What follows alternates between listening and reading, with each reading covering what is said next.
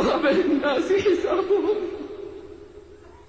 وهم في غفلة معرضون وعرضوا على ربك صفا يومئذ تعرضون لا تخفى منكم خافية. فتخيل رعاك الله الرجال والنساء حفاة عراة. قالت عائشة رضي الله عنها يا رسول الله الرجال والنساء ينظر بعضهم لبعض. قال يا ابنة الصديق الأمر أعظم من أن ينظر بعضهم إلى بعض. إنه يوم الصاخة، إنه يوم الطامة، يوم يفر المرء من أخيه وأمه وأبيه وصاحبته وبنيه لكل امرئ منهم يومئذ شأن يغنيه. الكل يتفكر كيف سينتهي ذلك اليوم وإلى أين المصير. القلوب واجفة والقلوب خاشعة والأبصار خاشعة. وبينما هم على ذلك الحال وقد صفت الصفوف تخيل بارك الله فيك إذا نادى المنادي فلان ابن فلان، فلان ابن فلان، استعد للوقوف بين يدي الله.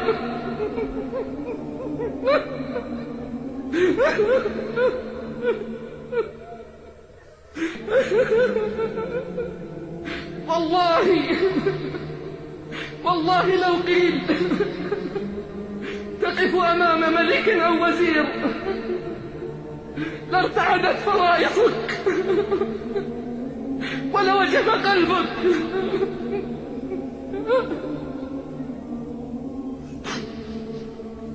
كيف وقد قادتك الزبانية من بين الصفوف مطابئ الرأس لا تدري إلى أين يؤخذ بك، إلى جنة أم إلى نار.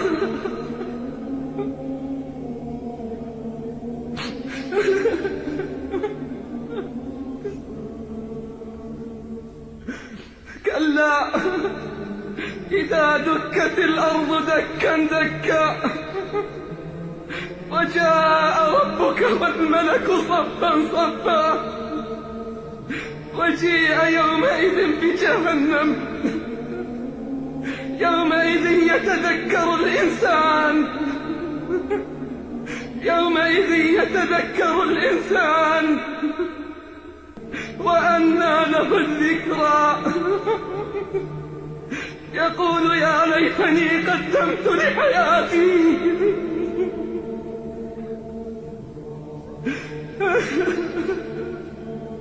تخيل يوم أن ينادي الجبار لمن الملك اليوم،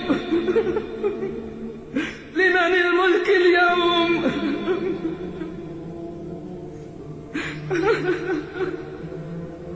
وما قدر الله حق قدره،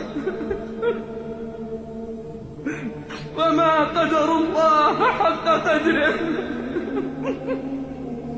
والأرض جميعا قبضته يوم القيامة والسماوات مطويات بيمينه سبحانه وتعالى عما يشركون. أزفت الآزفة ليس لها من دون الله كاشفة. أفمن هذا الحديث تعجبون وتضحكون ولا تبكون.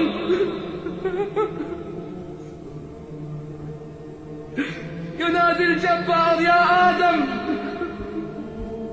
فيقول لبيك ربي وسعديك والخير كله إليك. يا آدم أخرج بعث النار، يا آدم أخرج بعث النار.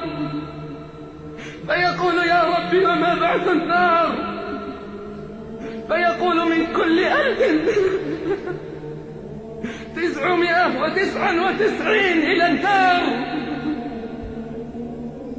وواحدا إلى الجنة. قال صلى الله عليه وسلم: فحينها تذهل كل مرضعة عما أرضعت، وتضع كل ذات حمل حملها، وترى الناس سكارى وما هم بسكارى ولكن عذاب الله شديد. وترى الناس سكارى وما هم بسكارى